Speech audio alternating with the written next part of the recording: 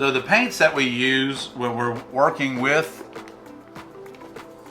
painting on glass are Reusche paint. This is the tracing black. So the tracing black is what you outline your pattern with before you do anything else with it. So before we get started, I'm going to show you how to mix your paint, which is very important. Too much of one thing can be not enough of another. Hang on just 1 second. Let's show you how to mix your paint.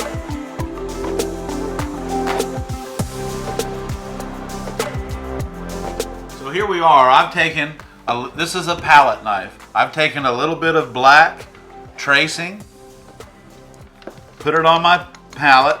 Now I'm using glass for my palette. Don't use plexiglass, use glass. It has a very smooth surface. We're chopping it up because it has like little pellets in it. So then I use this little plastic bottle with a syringe on it to melt plexiglass together. And I thought, oh my gosh, what a great way not to overwater my paint, okay? So we're gonna be using that, but first, this is called gum Arabic, okay? Gum Arabic. It is G1795 in the Reusche paint library. So what we want to do with this, and you can see that it's just white. Now this is your binding agent from your paint to your glass. When it dries, this is your binding agent. Too much of this, you'll never get the paint off because you want to get off because it won't come off. So let me show you this right here. This is about a quarter of a teaspoon of black tracing black. Now I want to show you.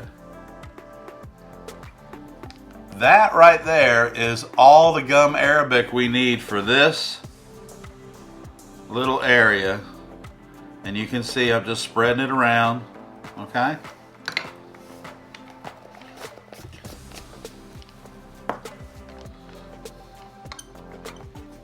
Okay, so now we're going to add our water. And because we're tracing today, we want our paint really thick.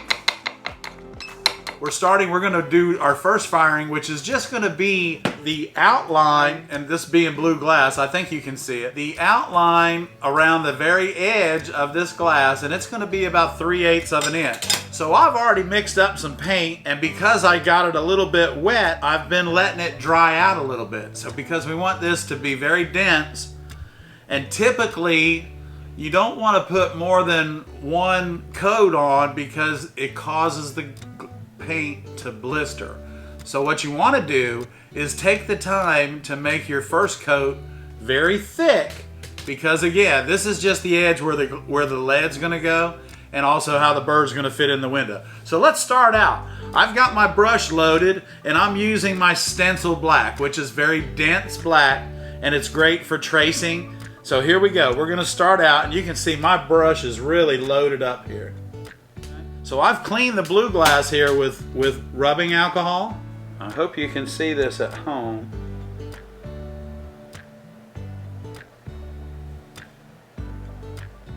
It's starting to dry out on us just a little bit now. So we're not going to want to play with it. Add a little tiny drop of water, one drop, boom. And let's see if we can get this.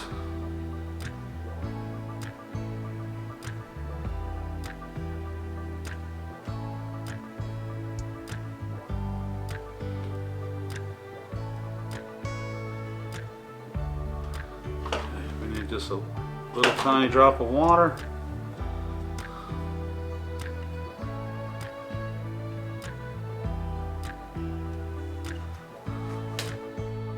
A lot of your paint you're going to be scratching off, and we want that nice. And don't worry about it being a little uneven and all that around here, because we're going to come back and we're going to straighten this out, okay? Hi everybody, we're back in the glass studio now. So our outline of our blue glass has dried now. What we're going to do is, I'm coming back, I've got a bamboo skewer here, and it's got a pretty sharp point on it. But what I want to do is basically just clean up these edges a little bit, so that it doesn't look like they were painted. And this, you know, cleaning these edges up is basically a personal preference. You shape them the way you think the rest of it needs to be. Now, the only other thing that you really don't want to do is touch the glass. So I've got my bridge here, and I'm actually just laying my bridge on top of the glass, and then I'm laying my free hand on top of the bridge.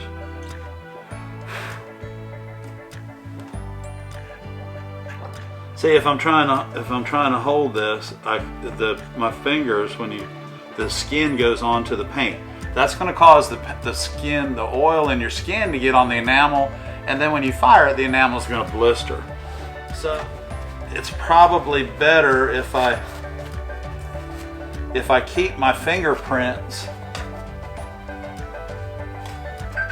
off of the glass. We're switching birds now.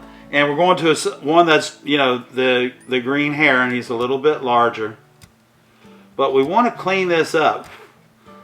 And as I'm scratching this off, I'm just blowing on it ever so slightly to make it so that it just kind of moves off to the side.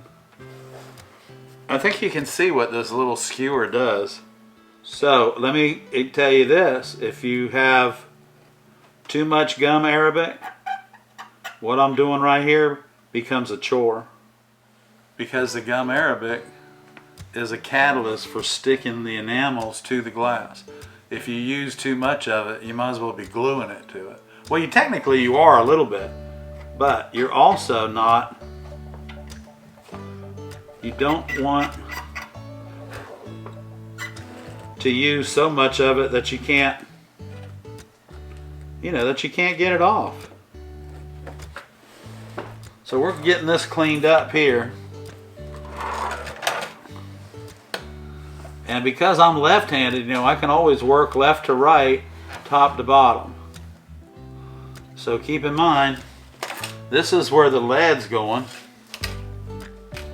So you want this edge, you really do want this edge to look nice, because the next tracing after this is fired is the body of the bird itself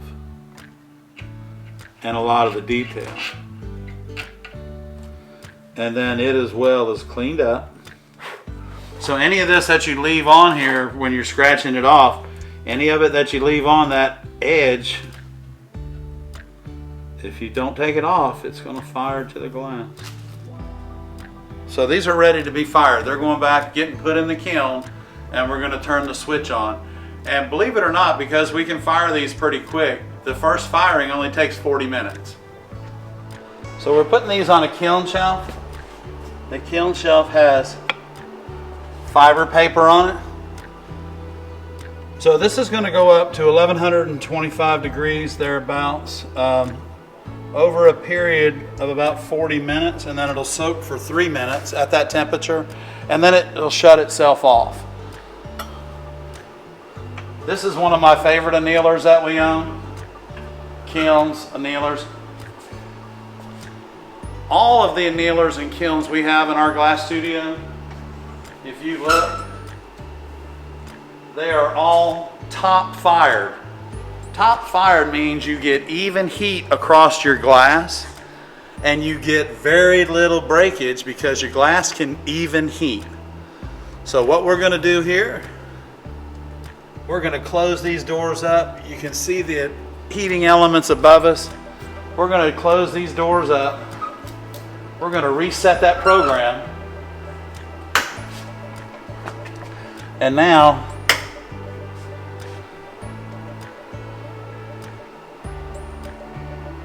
we're ready. It says it's 89 degrees inside the annealer right now. Our first program was complete in 42 minutes. Here we go. 1, 2, 3. It's out of here. We're firing now. Here we go.